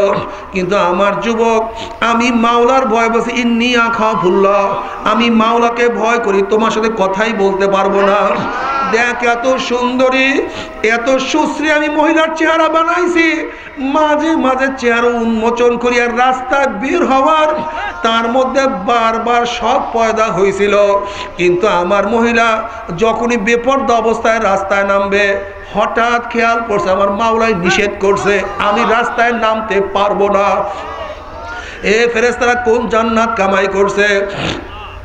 দেখ এত বড় ধনী, এমন কোনো গুনাহ নাই যেই গুনাহ সে করতে পারতো না, কিন্তু আমি মাওলার ভয়ে একটা গুনার কামের কাছেও যায় নাই। দেখ এত গরিব, প্রতিদিন আনছে প্রতিদিন খাইছে, অনেক সময় না খাইয়াও ঘুমাইয়া রইছে, কিন্তু তা সত্ত্বেও এক লোকমা হারাম তার পেটের মধ্যে ঢুকায় না। আল্লাহ এত অসুস্থ, ঠিক মতো উঠতেও পারে না, বসতেও পারে না, নামাজের সময় আমাকে সেজদা দিতে ভুল করে নাই। কোন জান্নাত কামাই করছে? খবরদার ওই জান্নাত খানা না দেখাইয়া রুহ কবজ করবি না। বাবা আমি খোদার কসম করিয়া বলিয়া থিয়া গেলাম, আল্লাহ পাকের মুমিন বান্দা মানুষ যখন মৃত্যু আসার খাইয়া পড়িয়া যাবে, হঠাৎ স্বপ্নের মধ্যে দেখতে পারবে জান্নাতের দরজাগুলি টাস টাস করিয়া খুলিয়া গেছে। আল্লাহ তুমি কবুল করিয়া নাও। একের পর এক ফেরেশতা নাযিল হইতে আছে, বলবে আল্লাহ তাখাফু ওয়ালা তাহজানু, তোমাদের কোনোই ভয় নাই, কোনোই চিন্তা নাই, কোন জান্নাত কামাই করছো। ওই জান্নাত দেখার সাথে সাথে আল্লাহ পাকের মুমিন বান্দা বান্দি রূহটা পাগলের মতো জান্নাতের দিকে দৌড় মারবে। কখন যে শরীরের থেকে রূহ বের হইয়া যাইবে আল্লাহ পাকের মুমিন বান্দা বান্দি কোনো কিছু টেরও করতে পারবে না। আল্লাহ আল্লাহ তুমি কবুল করিয়া নাও।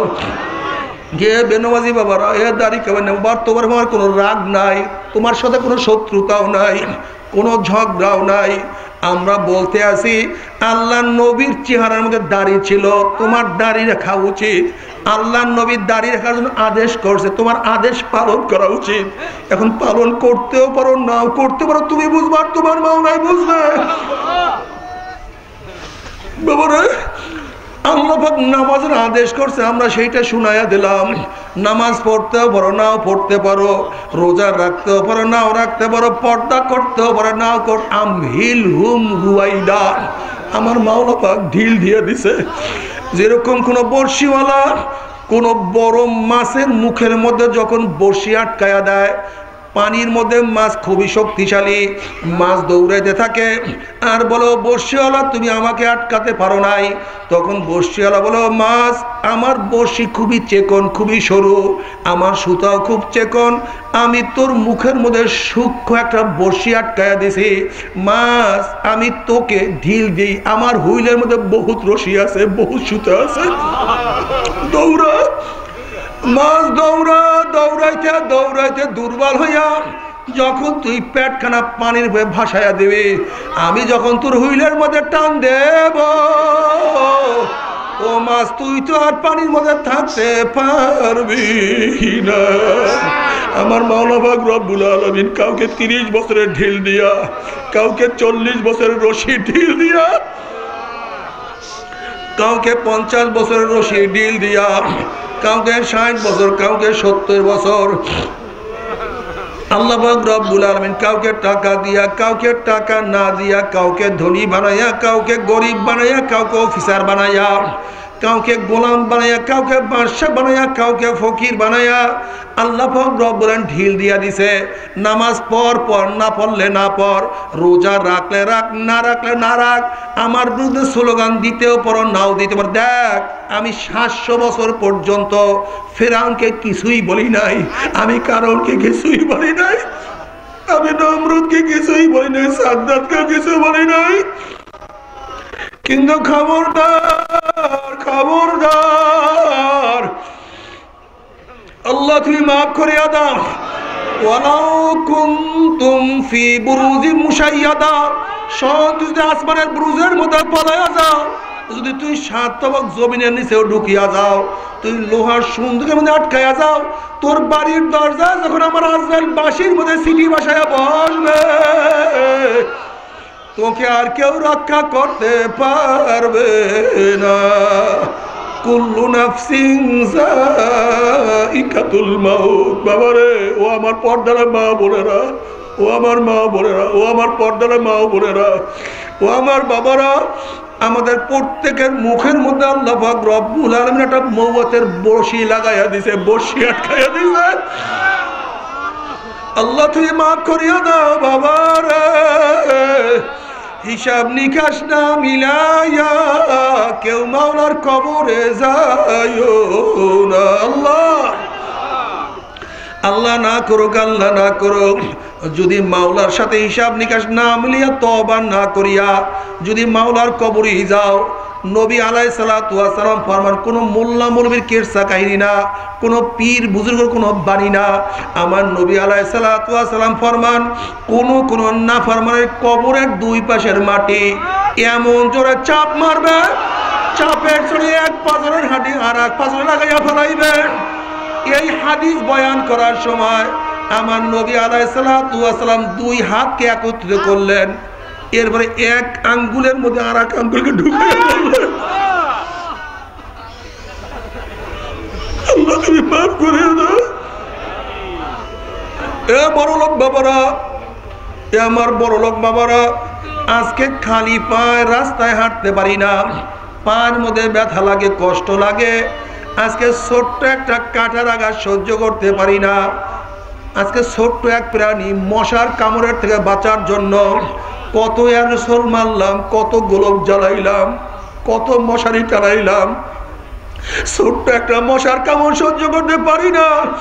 আর খোদা না কাস্তা, খোদা না কাস্তা, খোদা না কাস্তা, কবরের মধ্যে যদি 99 সাপের কামড় শুরু হইয়া যায়, আল্লাহ মাওলারে তুমি মাফ করিয়া দাও, আল্লাহ তুমি মাফ করিয়া দাও। ওই আযাব তো কেউ সহ্য করতে পারবো না। আল্লাহ বাবারে, এরপর মাওলা পাক রব্বুল আলামিন কিয়ামতের ময়দানে সবাইকে উঠাবেন। আল্লাহ পাক রব্বুল আলামিন হিসাব নিকাশ করার পরে আল্লাহ পাক কাউকে জান্নাত, কাউকে জাহান্নাম দিয়া দিবেন। জাহান্নামের মধ্যে জাহান্নামীরা জ্বলবে, জ্বলতে জ্বলতে কলিজা শুকায়া যাবে, জিহ্বা শুকায়া যাবে। আবার জাহান্নামীরা জান্নাতি লোকদেরকে দেখতেও পারবে। আবার জাহান্নামীরা জান্নাতি লোকদেরকে ডাক দিয়া কি বলবে? আমার মাওলানা কালামে পাকের মধ্যে আগেই বলেন, ওয়ানাদা আসহাবুন নার আসহাবাল জান্নাহ আন আফিদু আলাইনা মিনাল মাই আও মিম্মা রাযাকাকুমুল্লাহ। ও জান্নাতি আব্দুল্লাহ, ও জান্নাতি আব্দুর রহমান, ও জান্নাতি আব্দুর রহিম, ও জান্নাতি রহিমা খাতুন, আব্দুল্লাহ তুই না আমার গাড়ির ড্রাইভার ছিলি, আব্দুল্লাহ তুই নামাজ পড়ছ, আমি নামাজ পড়ি নাই, তোকে টিটকারি করছি।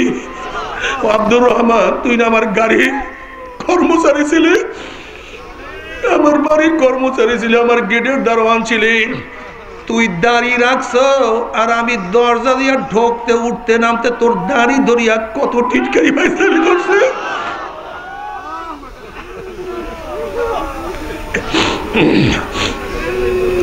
ও আব্দুল সত্তার, তুই এত গরিব, আমার পাশের বাড়ির গরিব লোক ছিলি, তোকে কত দেখছি না খাইয়া ঘুমাইয়া রইছ, এরপরে এক লোকমা হারাম পেটের মধ্যে ঢুকাও নাই, আর আমাকে মাওলায় হাজার হাজার কোটি টাকার মালিক বানাবার সত্ত্বেও আমি হারাম খাওয়া ছাড়া মনে টিকতেই পারতাম না, ভালোই লাগতো না। ও রহিমা খাতুন, তুই না আমার কাজের মেয়ে ছিলি, তুই নামাজ পড়ছ, আমি নামাজ পড়ি নাই, তুই বোরকা পরিয়া চলছ, আমি তোকে কত টিটকারি করছে, নিনজার মতো দেখা, আবার কিসের পোশাক পরছ, কিসের বোরকা? আমাকে মাওলানা এত টাকা দিছে, আমি বোরকা পরিয়া হাঁটতে পারতাম, কিন্তু রহিমা খাতুন আমি বোরকা পরি না, তোকে কত টিটকারি করছে।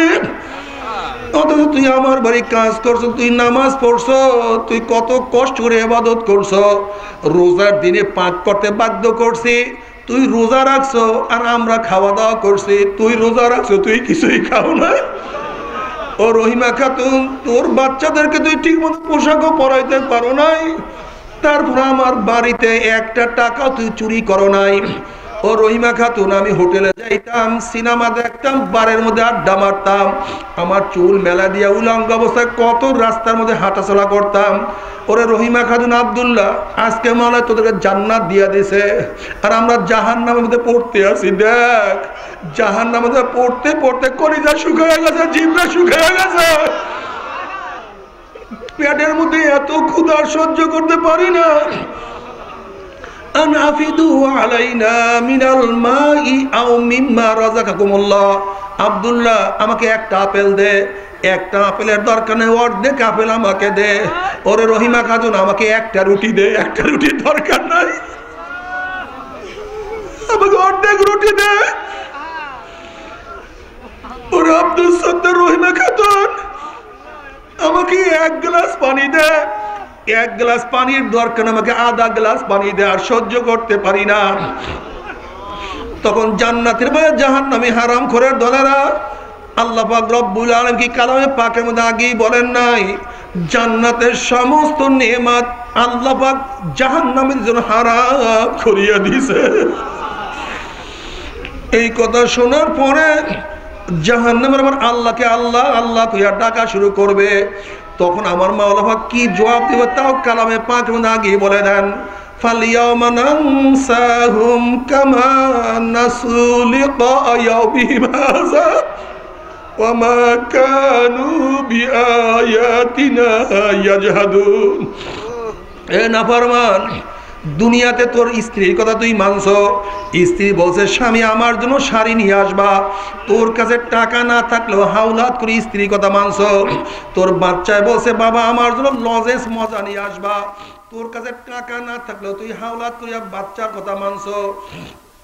তোর বন্ধু বলছে বন্ধু আমার বাড়ি বেড়াইতে আসবা, অন্ধকার রাত্র অমাবস্যার রাত্র কাদা বর্ষা উপেক্ষা করিয়া তোর বন্ধুর কথা তুই মানছ। তোর নেতারা বলছে আমার বিরুদ্ধে স্লোগান দেওয়ার জন্য, আমার নবীর বিরুদ্ধে স্লোগান দেওয়ার জন্য, দুনিয়ার সামান্য স্বার্থ পাওয়ার জন্য আমার বিরুদ্ধে স্লোগানও দিছ। যেরকম দুনিয়াতে বসে তোর বাবাকে আব্বা কইয়ার ডাক দেছ, তোর আব্বাই খুশি হয়ে গেছে, তোর মাকে মা কইয়ার ডাক দেছ, তোর মা খুশি হয়ে গেছে, তোর আপাকে আপা কইয়ার ডাক দেছ, তোর আপা খুশি হয়ে গেছে। আমি মাওলা কি অন্যায় করছিলাম? আমি ফজরের ডাক দিছি, তুই ঘুমাইয়াছিলি, আমার নাকে হাসিল নাই। আমি জোহরের ডাক দিছি, তুই জোহরে ব্যস্ত ছিলি, কাজের মধ্যে ব্যস্ত ছিলি, আমার নামাজে হাজিরা দিতে পারো নাই। আমি আবারও আসরের ডাক দিছি, আসরে তুই খেলার মধ্যে ব্যস্ত, আমাকে সেজদা দেওয়ার সুযোগ তুই পাও নাই। মাগরিবে এশা তো নামাজ পড়োই নাই। আমি রোজা রাখার হুকুম দিছি, তুই রোজা রাখো নাই। আমি যত ইসলামের হুকুম দিছি, দাড়ি রাখার, টুপি রাখার, হালাল হারাম তমিজ খাওয়ার, একটা হুকুম তুই পালো নাই। তোর মাকে মা কইয়ার ডাক দিছ, মা খুশি হয়ে গেছিল। আমি মাওলা কি অন্যায় করছিলাম? আমি মাওলাকে একবার আল্লাহ কইয়া ডাক দিতে পারো নাই। ফালিয়াউমা নানসাহুম কামা নাসু লিকা ইয়াউমিহিম হাযা। যেরকম দুনিয়াতে বসে আমি মাওলাকে ভুলিয়া গেছিলি, আজকে আমি মাওলা তোদেরকে ভুলিয়া গেলাম। আজকে আমি মাওলা তোদেরকে ভুলিয়া গেলাম। এখন হাজার হাজার বছর পর্যন্ত আমাকে ডাকবি, আমি আর কোনদিন তোদের ডাকে সাড়া দিব না। আল্লাহ আল্লাহ তুই মাফ করিয়া দাও। বাবারে, আজকে দুনিয়ার মধ্যে আমার মাওলাকে একবার আল্লাহ কইয়া ডাক দিল, আমার মাওলা 10 বার তোদের ডাকে সাড়া দিয়া দেয়। আজকে আমার মাওলাকে ডাকবা না, কপাল পোড়া কবর গিয়ে 1000 বার ডাকলো মাওলা সারা দিবেন। আল্লাহ আল্লাহ তুমি মাফ করিয়া দাও। বাবারে, কেউ যদি বলতো হুজুর আমার পাও ধরলে আমি আর গুনার কাজ করব না, বাবা আমি খোদার কসম করে বলতে আছি, বাবা আমি খোদার কসম করে বলতে আছি, এই হাজার হাজার লক্ষ মানুষের সামনে তোমার 100 বার পায়ে ধরতে আমি আর রাজি আছি রে বাবা। তুমি রিক্সাওয়ালা হও না কেন, ঠেলাওয়ালা হও না কেন, তুমি কুলি মজদুর যাই হও না কেন, সবার সামনে তোমার 100 বার পায়ে ধরতে রাজি আছি রে বাবা। তারপরও গুনার কামের কাছেও যাইও না। বলতে পারো হুজুর গুনার কাজ আমি করব, জাহান্নামে আমি যাব। আপনি এত ব্যস্ত কেন? আপনি কেনই বা আমার হাতে পায়ে ধরতে চান? বাবা তুমি বিচার করো, তুমি যদি কোনো পুকুরের পাড় থেকে হাঁটিয়া যাও আর যদি দেখো পুকুরের পাড়ে কোনো একটা বাচ্চা পানি নিয়ে খেলা করতে আছে, তুমি বাচ্চাকে চেনো অথবা নাই চেনো, তুমি যদি মানুষ হইয়া থাকো বাচ্চাকে পুকুরের পাড়ে রাখিয়াই কিন্তু যাইতে পারবা না। যখন তুমি বাচ্চাকে পানির থেকে তুলবা, বাচ্চা তোমাকে লাথি মারবে, কামড় মারবে, গালি দিবে, তখন তুমি বাচ্চাকে বলবো রে বাচ্চা তুমি তো বুঝো না, তুমি পানির খেলার মজা পাইয়া পানির সাথে খেলতে আসো, বাধা দেওয়ার কারণে তুমি আমাকে লাথি দাও, কামড় দাও, গালি দাও। ওরে বাচ্চা পানির সাথে খেলতে খেলতে খেলতে খেলতে হঠাৎ যদি স্লিপ কাটিয়া যাও আর তো বাবা সহজে পানি থেকে উঠবা না। ও বেনমাজি বাবারা, তুমি কি দেখো না কত বেনমাজি নামাজ ধরার আগে দুনিয়ার থেকে বিদায় হয়ে গেছে? ও দাড়ি কামান্না বাবারা, তুমি কি দেখো নাই আমার কত দাড়ি কামান্না বাবারা দাড়ি রাখার আগে দুনিয়ার থেকে বিদায় হয়ে গেছে? এই জিনাকার তুমি কি দেখো নাই কত জিনাকার জিনার থেকে তওবা করার আগে দুনিয়ার থেকে বিদায় হয়ে গেছে? এ মদখোর তুমি কি দেখো নাই কত মদখোর মদ পান করতে করতে দুনিয়ার থেকে বিদায় হয়ে গেছে? তুমি আগামীকাল বাঁচবা, তওবা করবা, মাওলাকে রাজি খুশি করিয়া মাওলার কবরে যাবা। এই গ্যারান্টি তোমাকে কে দিছে রে বাবা? নফস এবং শয়তান ছাড়া এই গ্যারান্টি কেউ দিতে পারে না, আল্লাহ। তবে মোমেন মুসলমান বলতে সবাইরই মনে চায় গুনার থেকে ফিরিয়া নেক আমল করিয়া মাওলার জান্নাতে তো সবাইরই যাইতে মনে চায়। গুনা নিয়া মাওলার জাহান্নামে কাউরে কিন্তু যাইতে মনে চায় না। কিন্তু কেনই বা আমরা নেক আমল করতে পারি না, কেনই বা গুনার কাম ছাড়তে পারি না? এর মূল কারণ হলো আপনার এবং আমার পিছনে নফস এবং শয়তান লাগিয়া রয়েছে। এই নফস এবং শয়তান থেকে ফেরার জন্য যে কোনো একজন হক্কানি আল্লাহর ওলির হাতে হাত দিতে হবে রে বাবা। খবরদার, বর্তমান জমানায় কিন্তু পীর মুরিদের নামে ভেজাল, ব্যবসা, দলাদলি, হিংসা, হাসাদ, শিরক বিদআতে পরিণত হয়ে গেছে। সমস্ত আল্লাহর ওলির একমত, যেই পীরের 5 জন মুরিদের মধ্যে কমপক্ষে 3 জনকে দেখবা আলহামদুলিল্লাহ সুন্নাত মুআফিক আমল আখলাক মজবুত হইয়া যাইতে আছে, গুনার কাম ছাড়তে আছে, নেকের আমল ধরতে আছে, কলব নরম হইয়া চোখে পানি আসতে আছে। বৃক্ষ তোর নাম কি, ফলে পরিচয়। চরমোনাই বুঝি না, চরমোনার দাওয়াত, প্রশংসা, প্রচার প্রসার করার জন্য আসিনে রে বাবা। চরমোনাই যাওয়ার তোমার কোনো দরকার নাই, কোনো দরকার নাই, কোনো দরকার নাই। তুমি যার কাছে গিয়া পারো গুনার কাম ছাড়ো, নেকের আমল ধরো, কলব নরম করিয়া চোখে পানি নিয়ে মাওলার কবরে যাইও। যেরকম দুনিয়ার ঘরে আগুন লাগলে পানি ছাড়া নিবানো যায় না, ঠিক তো দ্রুত এবং আমার গুনার দ্বারা যে জাহান্নামের আগুন জ্বলিয়া রয়েছে, চোখের পানিও ছাড়া কিন্তু জাহান্নামের আগুন নিবানো সম্ভব না। কাজী বাবা আমার জন্য দোয়া চাই, আমিও দোয়া করি। সবাই সবার জন্য প্রাণ খুলিয়া দোয়া করো, যেন কিয়ামতের ময়দানে গলাগুলি বাঁধিয়া মাওলা একসাথে জান্নাতে যাওয়ার তৌফিক দিয়া দেয়। আল্লাহুম্মা আমিন, আল্লাহুম্মা আমিন।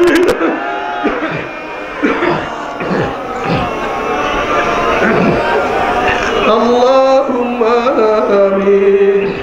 ও পর্দায় মা বোনেরা, ও আমার মা বোনেরা, 2 হাত তুলে মাওলা তবে কান্দ আর মাওলার কাছে মাপ চাও। কান্না না আসলে মনের বুঝাও রে মন। একদিন এই ঘরের দরজা দিয়ে নতুন বউ মিয়া উঠছে রে মন। কত মেয়ে লোকে শরবত খাওয়াইছে, কত মেয়ে লোকে বাতাস করছে। আবার একদিন এই ঘরের দুয়ার দিয়ে মরা লাশ হয়ে বাইর হব। ছেলে ছেলে কান্দে মামা করে, মেয়ে কান্দে মামা করে, ওরে মন জবাব তো আর দিব আল্লাহ। আল্লাহ কত আলেম ওলামাদের নিয়ে হাত তুললাম রে আল্লাহ। আল্লাহ কত সাদা দাড়িওয়ালা ভাইদেরকে নিয়ে হাত তুললাম রে মাওলা। আল্লাহ তোমার হাবিব বলছে সাদা দাড়িওয়ালা যখন কান্দন লয় তখন লজ্জা পাই আল্লাহ। আল্লাহ কত বেগুনার নাবালেক তালবি আলেম যাদের পায়ের নিচে ফেরেশতারা পাক না বিছায়া দেয়। আল্লাহ কত জাকিরিন শাকিরিন তোমার খাস খাস বান্দাদেরকে নিয়ে হাত তুললাম রে মাওলা। আল্লাহ আমি তো গুনাহগার, আল্লাহ আমি তো গুনাহগার, আমার দিকে না তাকাইয়া তোমার যেই বান্দার হাত পছন্দ হয় তার উসিলে আমাদের সবাই গুনাহগার মাফ করে দাও। আল্লাহ তুমি মাফ করবাই না, তুমি ক্ষমা করবাই না, তুমি মাফ করবাই না, তুমি ক্ষমা করবাই না। তাহলে তোমার বন্ধ এখানে কেন আসছে রে মালিক? আল্লাহ তোমার বন্ধের এখানে কেন আসছে? আল্লাহ আমরা দুনিয়া পাওয়ার জন্য আসি না, আল্লাহ দুনিয়া চাওয়ার জন্য আসি নাই। আল্লাহ আমরা কেউ নামাজ কাজা করিয়া ফেলাইছি, কেউ রোজা ছাড়িয়ে দিছি, আল্লাহ কেউ জেনার মধ্যে পতিত হইয়া গেছি, আল্লাহ কেউ সুদ ঘুষ গ্রহণ করিয়া ফেলাইছি, আল্লাহ আমরা কেউ মদ গাঁজা পান করিয়া ফেলাইছি, আল্লাহ আমরা জাহান্নামের কাজ করিয়া ফেলাইছি। আল্লাহ জাহান্নামের খাতা থেকে আমাদের নামটা কাটিয়া দেয়, আল্লাহ জাহান্নামের খাতা থেকে আমাদের নামটা কাটিয়া দেয়, আল্লাহ জাহান্নামের খাতা থেকে নাম কাটিয়া দেয়। একজনকে জাহান্নামে জ্বালাইতে পারবো না, একজনকে জাহান্নামে জ্বালাইও না। আল্লাহ আমাদের সবার নাম জান্নাতুল ফেরদাউসের মধ্যে উঠায় না। আল্লাহ তুমি ওলি না বলে কাউকে বিদায় দিও না, তোমার ওলি না বলে কাউকে বিদায় দিও না, হেদায়েতের মালা না পড়ে কাউকে বিদায় দিও না। আল্লাহ হেদায়েতের মালা না পড়ে কাউকে বিদায় দিও না। আল্লাহ বয়ানের কাছে হেদায়েত নাই, কোন মানুষের কাছে হেদায়েত নাই। হেদায়েতের মালিক তুমি, হেদায়েতের মালিক তুমি, হেদায়েতের মালিক তুমি। হেদায়েত না দিয়া কাউকে বিদায় দিও আল্লাহ। আল্লাহ সন্তান অন্যায় করে বাপের কাছে মাপ না পাইলে মার কাছে মাপ পাওয়ার আশা করে, ভিক্ষুক এক দরজা ভিক্ষা না পেলে অন্য দরজা ভিক্ষা পাওয়ার আশা করে। আমরা তোমার দুয়ারে ভিক্ষুক, তুমি দেখাইয়া দাও, তারাইয়া দাও। আর তো কোনো দরজা নাই রে মালিক, আর তো কোনো দুয়ার নাই আল্লাহ। আল্লাহ আমার যুবক বাবাদেরকে কবুল করিয়া না, আল্লাহ আমার যুবক বাবাদেরকে কবুল করিয়া না, আল্লাহ আমার যুবক বাবাদেরকে কবুল করিয়া না, আল্লাহ আমার মুরব্বী বাবাদেরকে কবুল করিয়া না, আল্লাহ আমার মা বোনদেরকে কবুল করিয়া না। আল্লাহ আমরা যারা হাত তুললাম জানি না কার মা নাই, জানি না কার বাবা নাই, স্ত্রী নাই, সন্তান নাই, দাদা নাই, দাদু নাই, নানা নাই, নানু নাই। আল্লাহ যত মোমেন মোমরা যত মুজাহিদরা কবরে শুয়ে রয়েছে, আল্লাহ কত মুজাহিদ আমাদের সাথে ছিল আজকে দেখি না। আল্লাহ সমস্ত মুজাহিদের খবরকে জান্নাতের বাগিচা বানাইয়া দাও, সমস্ত মোমেন মুত্তাকিনের কবরকে জান্নাতের বাগিচা বানাইয়া দাও। ইয়া আল্লাহ খাস করে আমাদের শায়েখ ও মুর্শিদের কবরকে জান্নাতের বাগিচা বানাইয়া দাও।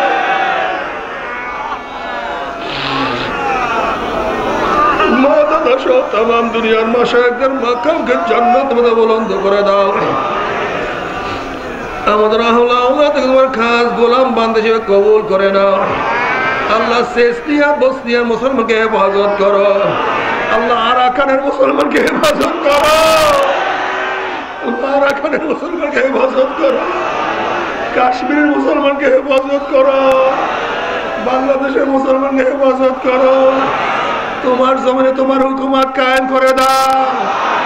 আল্লাহুম্মা আরিনাল হাক্কা হাক্কা ওয়ারযুকনা ইত্তিবাআহ ওয়া আরিনাল বাতিলা বাতিলা ওয়ারযুকনা ইজতিনাবাহ। আল্লাহ আমাদের আহলে আওলাদকে খাস গোলাম বান্দী হিসেবে কবুল করে নাও। রব্বানা হাব লানা মিন আজওয়াজিনা ওয়া যুররিয়াতিনা কুররাতা আইন ওয়াজআলনা লিল মুত্তাকিনা ইমামা। রব্বিরহামহুমা কামা রাব্বায়ানি সগীরা। ওয়া সাল্লাল্লাহু তাআলা আলা খায়রি খালকি মুহাম্মাদিন ওয়া আলিহি ওয়া আসহাবিহি ওয়া আজওয়াজিহি ওয়া আতবাইহি আজমাইন ওয়ারহামনা মাআহুম বিরহমাতিকা ইয়া